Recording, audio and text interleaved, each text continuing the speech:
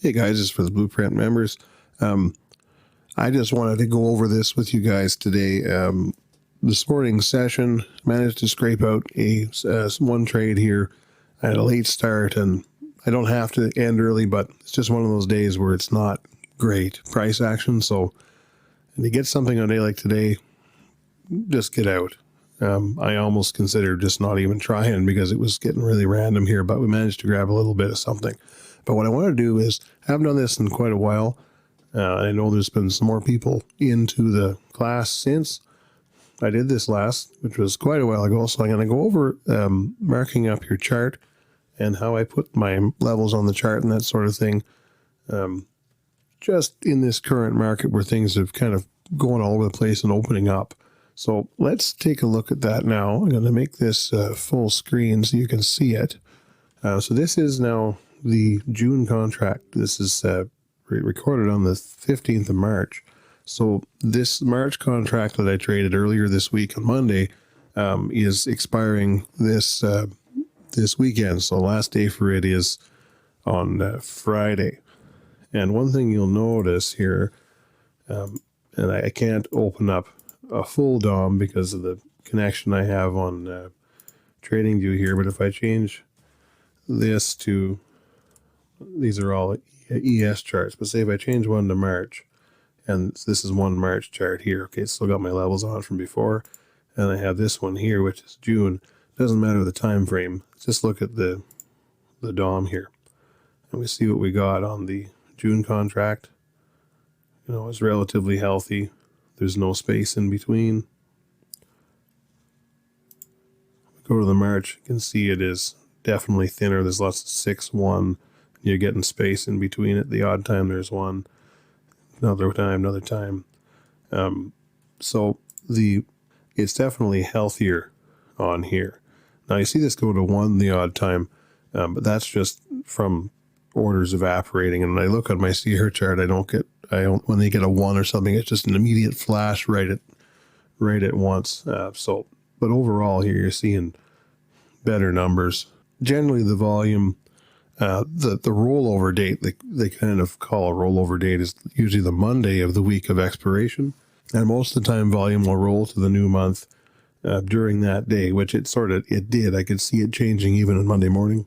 This time of the week, though, it's still somewhat healthy on the March contract, but not great. You don't want to be trading this because it is better than this looks like, but it's getting pretty thin.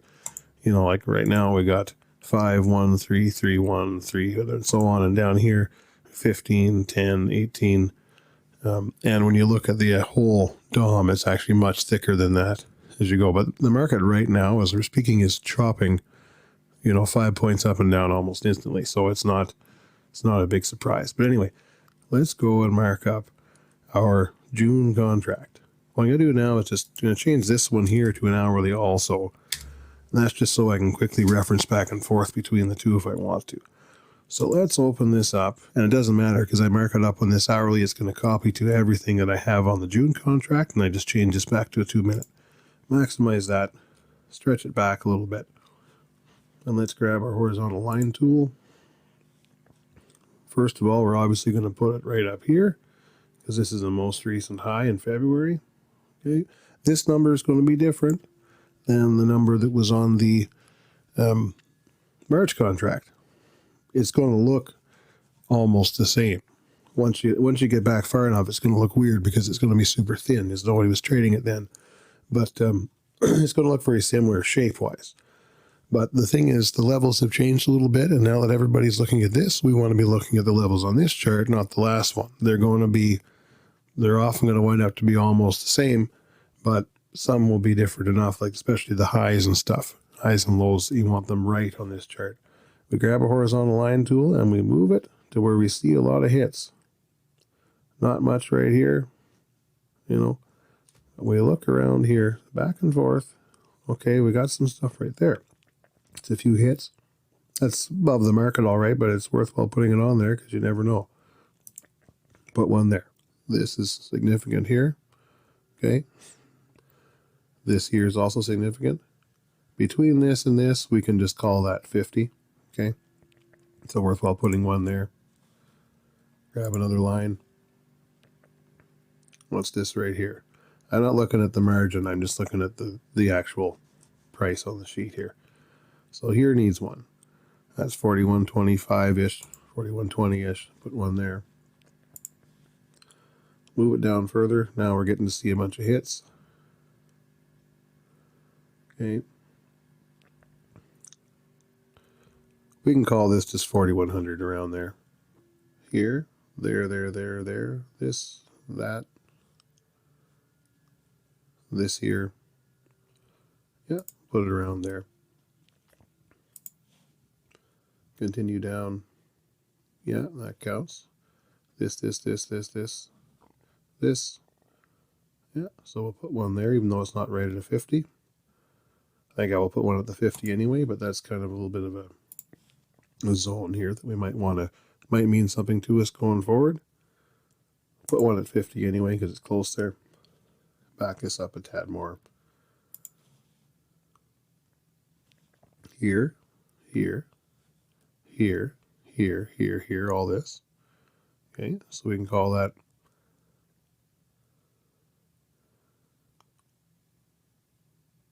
let's put it right around there. Call it 25-ish.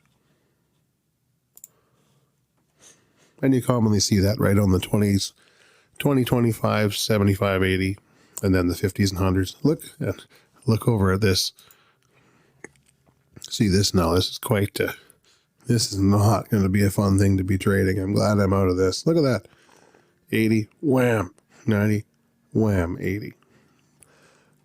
This is lots of volatility, but it's not really sensible tradable volatility. So you don't want to be in that. I'm glad to be out for the day. Anyway, we'll go back to this. So here, we don't want to ignore that, whatever that is. That appears to be 38.50. Yes. That's a big deal. Let's look at this stuff here. I'm looking, I always start at the left.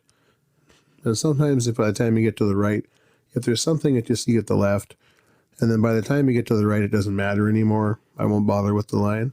But something like this, and this, and this, and this, and this, and this, it does count all the way across there, right?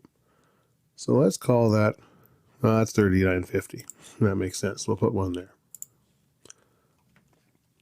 You notice most of the 50s, 80s, and 20s, and 100s get one. Not always, but sometimes there's one in between, and you want to have those there too. And the reason I like these, even though, you can just say, well, I'm just going to count that there's one. I don't need to see it. I can just figure that there's going to be one on those levels, the 20, 50, 80, and 100. Seeing the line on the chart when you're in the trade or when you're planning the trade, I just find that kind of a helpful mental shortcut. So, and then also for the ones that are just a somewhat significant level, even if it's not one of the big ones. So, and then here, I think 38.20, I know has been something on my radar for a long time, so we're going to put one there. At this point, we're going to go back and reference the previous chart and see what we've got below here, if anything. And that's about it that I have on this chart. So 38.07 was one, and then 37.80. That's from way before. I probably put that on this chart without even referencing this chart. So one like that. Anything can happen in this market right now. So we are going to put, where's our 37.80? It would be here. And